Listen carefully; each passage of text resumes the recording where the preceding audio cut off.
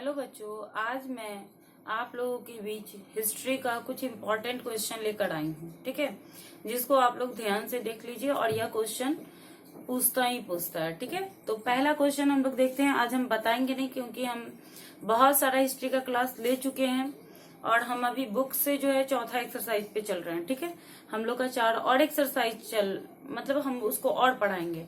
तो अभी जो है आज हम सोचे क्या कि कुछ क्वेश्चन ऐसा बताते हैं जो एग्जाम में पूछने ही वाला हो। ठीक है, तो आते हैं।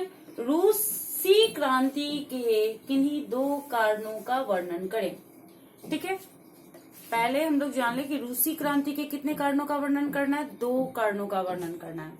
हम लोग को पता है कि वहां पे कैसी शासन व्यवस्था थी, तो निरंकुश शासन व्यवस्था थी। दूसरा आप लोग लिख सकते हैं किसानों की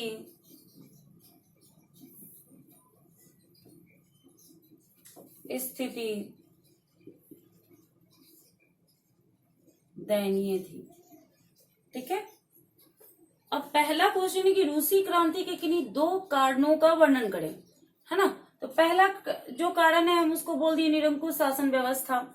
दूसरा कारण बोल दिए किसानों की स्थिति, किसानों की दयनीय स्थिति। ठीक है, तो आप लोगों को पता है कि यहाँ का जो राजा होता था उसको क्या कहा जाता था, जार कहा जाता था। ठीक है, इसको हम पहले भी बता चुके थे। ये जो जार होता था ये अपने आप को दैवीय अधिकार के सिद्धांत के आधार पे रखते थे। मतलब मुझे देवता ने भेजा है आप लोगों की सेवा के लिए, है ना। और ये जो चाहते थे सो करते थे, प्रजा की देखभाल नहीं करते थे, जिसके कारण वहां की जो जनता थी वो काफी दुखी हो गई थी और उन लोगों ने रूसी क्रांति की ओर ध्यान दिया। ठीक है, और इसी कारण से यहाँ रूसी क्रांति हुआ। क्योंकि अगर प्रजा का या जनता का कोई ध्यान नहीं रखेगा तो क्या होगा, क्रांति तो होना ही है। दूसरा हो गया किसानों की दयनीय स्थिति, है ना। यहाँ जो किसान थे उनकी स्थिति क्या थी, काफी दयनीय थी। बहुत ही इन लोगों के पास छोटा छोटा क्या होता था, जमीन होता था और उन्नत व्यवस्थाएं नहीं होती थी, जिसके कारण इन लोगों को काफी प्रॉब्लम हो रहा था। ठीक है, तो इस तरीका से हमारा यह जो पहला क्वेश्चन है इसको कंप्लीट हो गया। क्योंकि यह जो हम लोग को 2 से 3 नंबर में पूछता है, हम लोग को ज्यादा नहीं पूछता है, इसलिए छोटा ही लिखेंगे और यह मेरे ख्याल से आपको याद हो गया होगा। दूसरा क्वेश्चन है भारतीय राष्ट्रीय कांग्रेस की स्थापना कब हुई। तो भारतीय राष्ट्रीय कांग्रेस की स्थापना जो है, दूसरा हम बताते हैं 1885 ईस्वी में हुई। ठीक है, इसकी स्थापना किसने की थी, A.O. ह्यूम ने, A.O. ह्यूम। ठीक है, और इसके पहले अध्यक्ष कौन थे,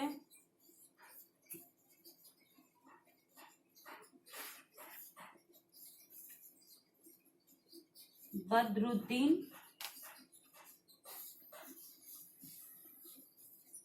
तैयब जी। ठीक है, तो इस तरीके से आप जान गए कि कांग्रेस की स्थापना 1885 ईस्वी में हुई। किसने की, A.O. ह्यूम। इसके पीछे भी एक स्टोरी है। ठीक है, कि क्या हुआ, 1885 ईस्वी तक क्या हुआ था, अंग्रेजों और भारतीयों के बीच में काफी मतभेद हो गया था। ठीक है, क्योंकि जो भी सुविधा होता था वो तो अंग्रेजों का ही होता था, भारतीयों को तो कुछ मिलता नहीं था। अंग्रेजों ने सोचा कि दोनों के बीच कैसे मेल हो, सामंजस्य हो, इसके लिए उन्होंने एक रास्ता निकाला, है ना। और A.O. ह्यूम को बोला कि कोई संस्था बनाने के लिए। A.O. ह्यूम जो है भारतीयों की तरफ से भी उन लोगों का क्या था, मेल था। मतलब भारतीयों की भी तरफ से यह था और अंग्रेजों के भी तरफ से था। इस तरीका से उसने क्या किया कि एक संस्था कांग्रेस की स्थापना कर दी, ताकि दोनों में क्या रहे, सामंजस्य बना हुआ रहे। यह भी अपना प्रॉब्लम बताता था और वह भी इसको सॉल्व करता था। तो ऐसा तो हुआ नहीं, लेकिन हमारे आजादी में जो है भारतीय राष्ट्रीय कांग्रेस की बहुत बड़ी भूमिका रही। ठीक है, तो इस तरीका से मेरा जो है दूसरा चैप्टर भी कंप्लीट हो गया। ठीक है, तीसरा आते हैं,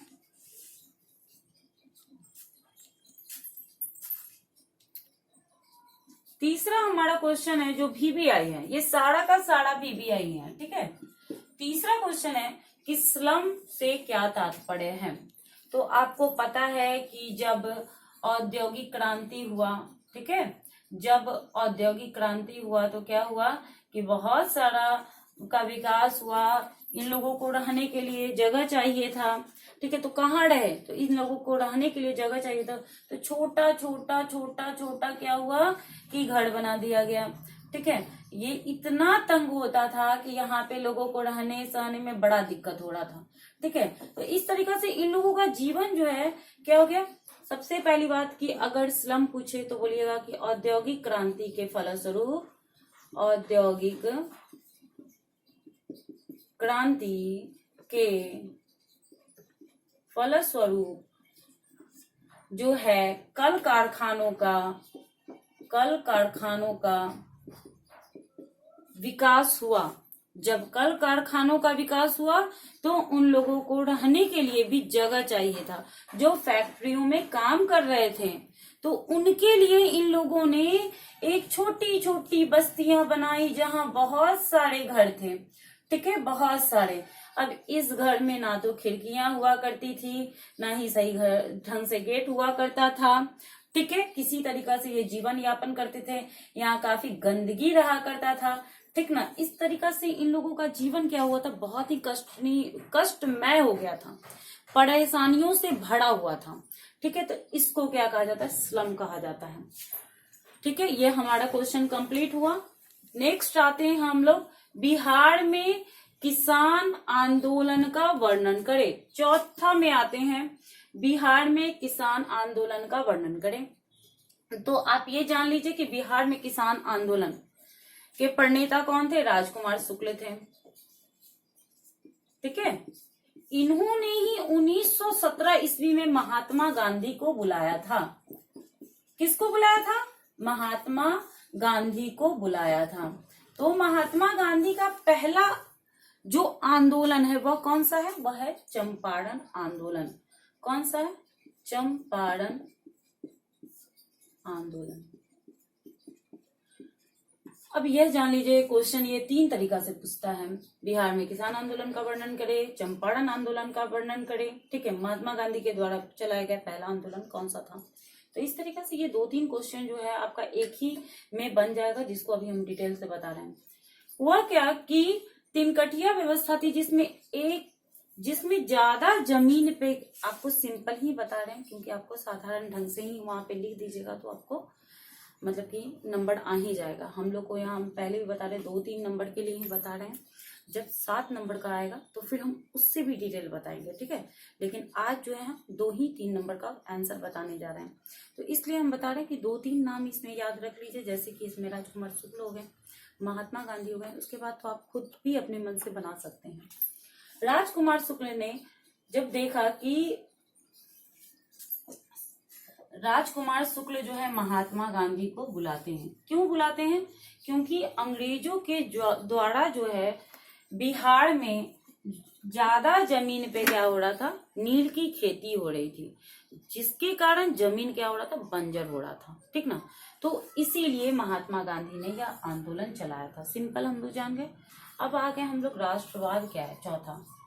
ठीक है, तो राष्ट्रवाद आप लोग को कितनी बार पढ़ा चुके हैं, जो भी आई है।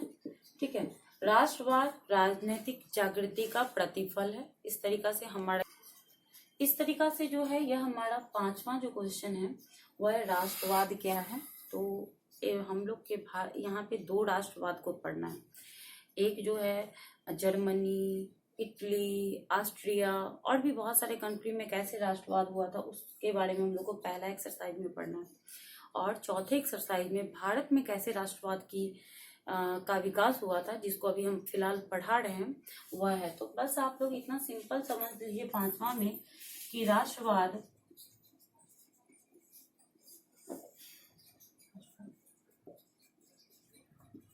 नैतिक जागृति का प्रतिफल है। ठीक है, तो इस तरीका से आपका यह 5 जो है क्वेश्चन आज कंप्लीट हुआ। इसके बाद फिर हम नया टॉपिक लेकर आएंगे। ठीक है।